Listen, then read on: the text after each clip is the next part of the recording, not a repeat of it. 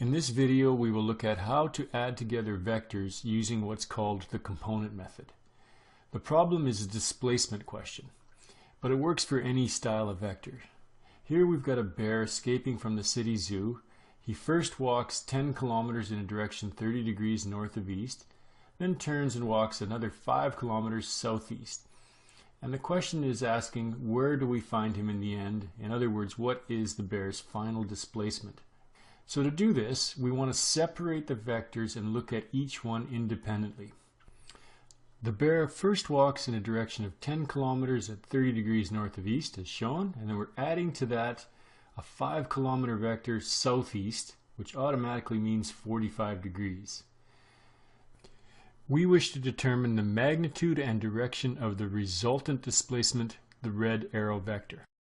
And we're going to do this by breaking down our original vectors into components. We see that the first 10 kilometer vector has an x or horizontal component given by 10 cos 30 to give us 8.7 kilometers. And similarly, we can calculate the vertical or y component to be 5 kilometers using 10 sine 30. So what we've done is we've broken down that 10 kilometer vector into a horizontal and a vertical component, which you can imagine just replaces that 10 kilometer motion. So instead of walking 30 degrees 10 kilometers, the bear can walk first 8.7 kilometers in the easterly direction and then an additional 5 kilometers north and achieve the same final result.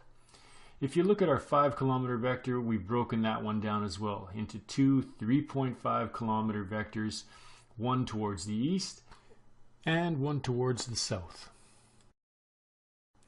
Now the whole goal of the component method is to simplify our problem into horizontal and vertical directions. So you can imagine the original 10 kilometer and 5 kilometer vectors disappear, and they're now consisting of horizontal and vertical directions only. So it makes our job a lot easier because parallel vectors are very easy to add. You draw them tip to tail just like any other vector, but there's no trigonometry involved, and all we have to do is add up the numbers as we see them. Arranging the two horizontal vectors together, we get 8.7 plus 3.5, and that gives us a horizontal component of 12.2 kilometers towards the east. Similarly, we can do the same thing with our two vertical components, the two purple lines.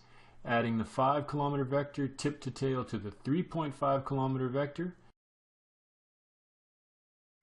gives us an overall vertical displacement of 1.5 kilometers towards the north. So we've already simplified our diagram a great deal.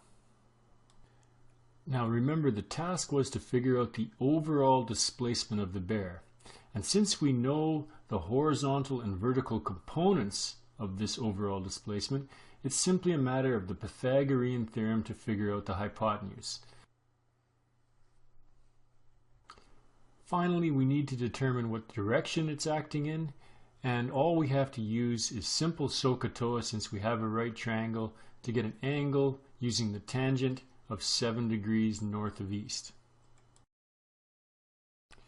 Putting it all together gives us a final displacement of 12.3 kilometers at 7 degrees north of the east line for the bear's final displacement.